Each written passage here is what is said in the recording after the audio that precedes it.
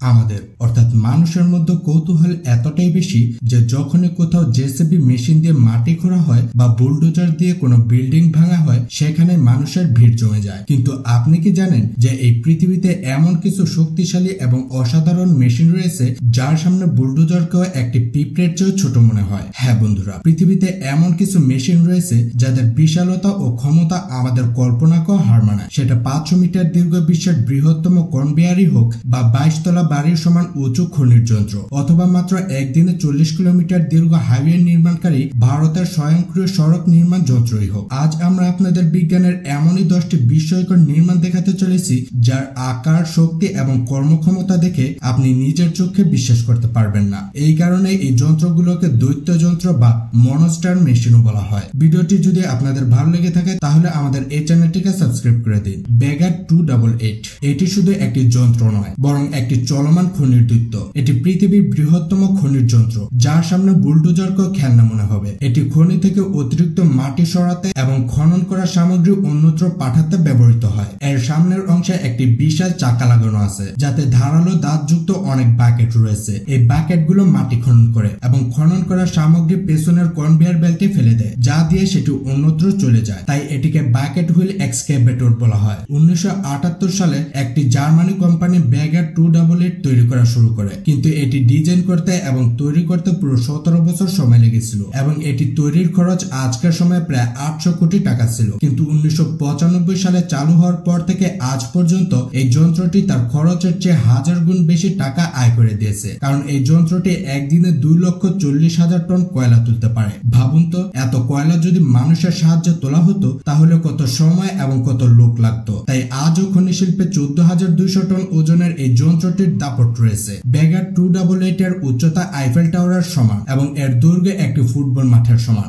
সড়ক নির্মাণ যন্ত্র। প্রায় 20 বছর আগেও ভারতের রাস্তা তৈরি করাটা একটা বড় চ্যালেঞ্জ ছিল। শ্রমিকরা কোদাল হাতে নিয়ে ঘন্টার পর ঘন্টা গরম আলকাতরা ঢালতো এবং তারপর তার উপর রোলার চালানো হতো। কিন্তু এত পরিশ্রমের পর রাস্তাগুলো পুরোপুরি সমতল হতো না। কিন্তু তারপর এই ক্ষেত্রে একটা বড় পরিবর্তন আসে যখন নীতিন গডকরি পরিবহন মন্ত্রী হওয়ার পর রাস্তা তৈরিতে উন্নত প্রযুক্তির ব্যবহার শুরু করেন। বিশেষ ব্যাপার হলো এই যন্ত্রগুলো ভারতীয় কোম্পানিরাই তৈরি করেছিল এবং এই নতুন যন্ত্রগুলো পুরো রাস্তা তৈরির পদ্ধতিটাই বদলে দিয়েছে। কিন্তু এই যন্ত্রগুলো কাজ করে কিভাবে? প্রথম ধাপে একটি যন্ত্র রাস্তা পরিষ্কার করে তাতে জল ছিটিয়ে দেয়। দ্বিতীয় যন্ত্রটি ট্রাকে করে আনা আলকাতরা এবং কংক্রিট সঠিক মাপে রাস্তায় বিছিয়ে এগিয়ে যায়। এই সময় যন্ত্রটি আলকাতরার উপর চাপ দিয়ে সেটিকে একদম সোজা করে দেয় এবং সবশেষে রোলার তার উপর প্রচন্ড চাপ দেয়, যার ফলে আলকাতরা এবং কংক্রিট একে অপরের সাথে শক্তভাবে জুড়ে যায়। এই অত্যাধুনিক প্রযুক্তি শুধু শ্রমিকদের পরিশ্রমই কমায়নি, বরং ভারতকে রাস্তা তৈরিতে সুপার ফাস্ট করে তুলেছে,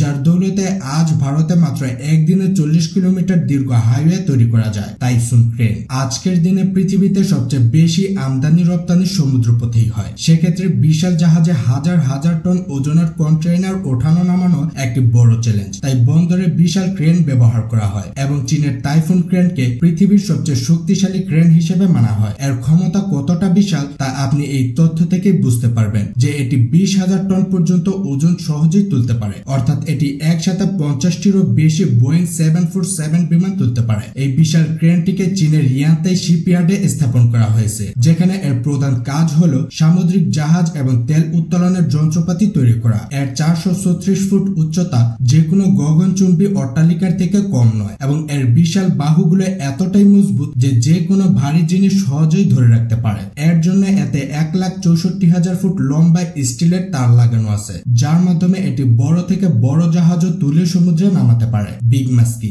এক সময় এটি ছিল বিশ্বের বৃহত্তম কয়লা খনির যন্ত্র, যার নিজেরই ওজন ছিল 13,000 টন এবং উচ্চতা ছিল একটি 22 তলা বাড়ির সমান। যখন এই যন্ত্রটি চালু ছিল তখন এটিকে পৃথিবীর সবচেয়ে বড় চলমান যন্ত্র বলা হতো। আপনি হয়তো দেখেছেন যে মাটি কাটার যন্ত্রের সামনে একটি বাকেটের মতো অংশ থাকে, যেখানে মাটি ও পাথর ভরে এক জায়গা থেকে অন্য জায়গায় সরানো হয়। আপনি যেন অবাক হবেন যে বিগ মাস্কের সামনের বাকেটটি এতটাই বড় ছিল যে তাতে দুটি বড় বাস পার্ক করা যেত এবং একসাথে 100 জন মানুষ দাঁড়াতে পারত। এই বাকেটটি একবারে 325 টন ওজন তুলতে পারত। যন্ত্রটি এতটাই জটিল ছিল যে এটি তৈরি করতে 2 বছর সময় এবং $175 মিলিয়ন খরচ হয়েছিল। এরপর এটি 1969 থেকে 1991 সাল পর্যন্ত আমেরিকার একটি কয়লা খনিতে কাজ করেছে এবং 1999 সালে এটিকে ভেঙে ফেলা হয়। আপনাদের জানিয়ে রাখি যে বিগ মাস্কি এতটাই শক্তিশালী এবং জটিল ছিল যে এটি চালানোর সময় যে পরিমাণ বিদ্যুৎ খরচ হতো তা দিয়ে 27,000 বাড়ি আলোকিত করা যেত। পুরো কর্মজীবনে এই যন্ত্রটি মিলিয়ন মিলিয়ন ঘনমিটার মাটি সরিয়ে মাটির নিচ থেকে প্রায় 22 মিলিয়ন টন কয়লা তুলতে সাহায্য করেছিল। CBC compaction machine. ধরুন আপনি মরুভূমি বালুকাময় জমিতে কয়েক টন ওজনের একটি পিলার দাঁড় করালেন, তাহলে কি হবে? হ্যাঁ, সেটি কয়েক বছর, কয়েক মাস বা কয়েক মিনিটের মধ্যেই পড়ে যাবে, কারণ কোনো বড় বিল্ডিং বা ব্রিজ তখনই টিকে থাকতে পারবে যখন তার ভিত্তি মজবুত হয়। আর এখানেই কাজে আসে সিবিসি কম্প্যাকশন মেশিন, যা মাটিকে এতটাই শক্ত করে দেয় যে তার উপর গগনচুম্বী অট্টালিকাও সহজেই দাঁড়িয়ে থাকতে পারে। কিন্তু কিভাবে?